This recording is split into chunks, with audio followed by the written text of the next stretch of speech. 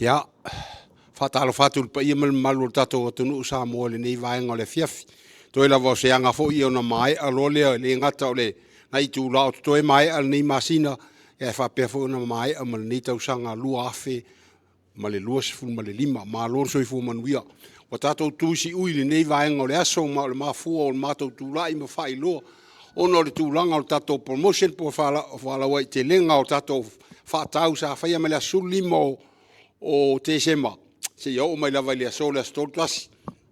me on to fa fonga ye lunga le FM se taimu o tua nai sa fa ta pena mai ai fa fine to anga tato company ni fa ilonga ele ngata le tato specials nei sa fa pa ur tau tato o lo filfilia la ve ai ta vale ya o tato to tonga o ta vale fa pe foi mal tato service fa le insinia o le fo filfili il company il pulenga mala o fainga lueng ia e fai fo stato sei ia o le nei afiafi, ia o le a whailo atu tūlanga iai. O tato whailonga ia o filfilia e tolu. Whailonga mua o le awhiwaa, o le Yamaha 15 horsepower short shaft, puulo na shafu, o le tau o le awhi lea, e whaasani o le whatau ai valua feta la, e la vea ima le VHST. O le tato whailonga lona lua, o le seki pau, ta vale le tuainga o le, o le ling long, o le sais, lua tolu lima, fitus fulu, rims full wono.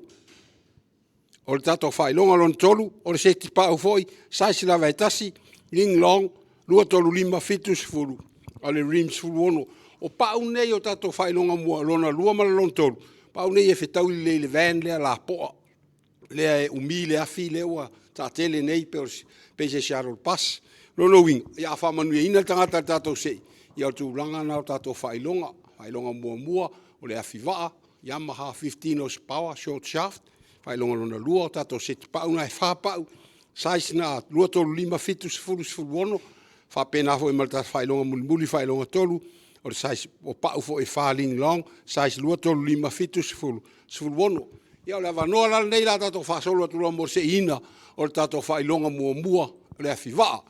O le morsila fia le tato o tunu ma le malu tato paanga, o le nei whamoe sa ta pena mai, ia il tato o whainga luenga, ina ia mawhai o na tu umaitonu soa whawe sa whatawina o loa. Ta vale, ia ma mea umawhapena mai lea sulima, te sema se yo umai lea so, ia o te walawatu mal whaaloalo le whionga ia sa, ma mea ta pelu, ia sumai ia se il tato whailonga mua, o ai o la whamanu ina.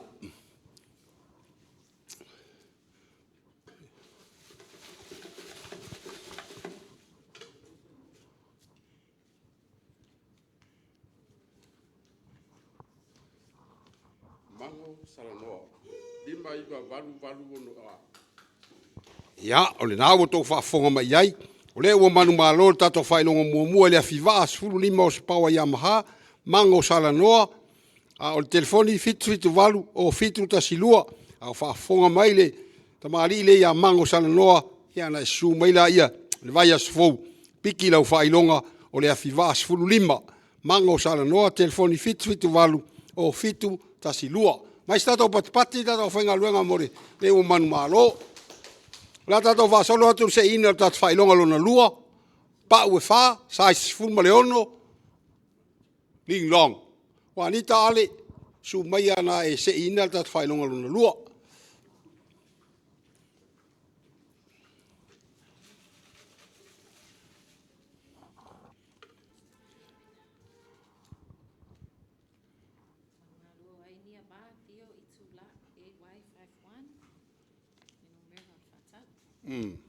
Ia,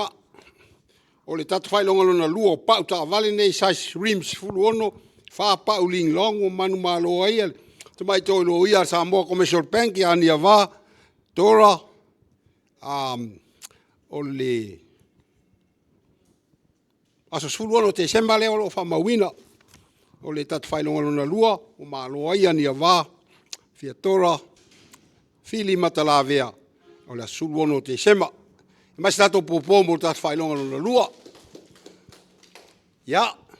la tato whasolo atu tato whailonga muli, ia o tato whailonga foi leo pau e wha, sa isi lava lea suluono wala awatu mai ta ia. Ana, ia e su mai e se il tato whailonga muli.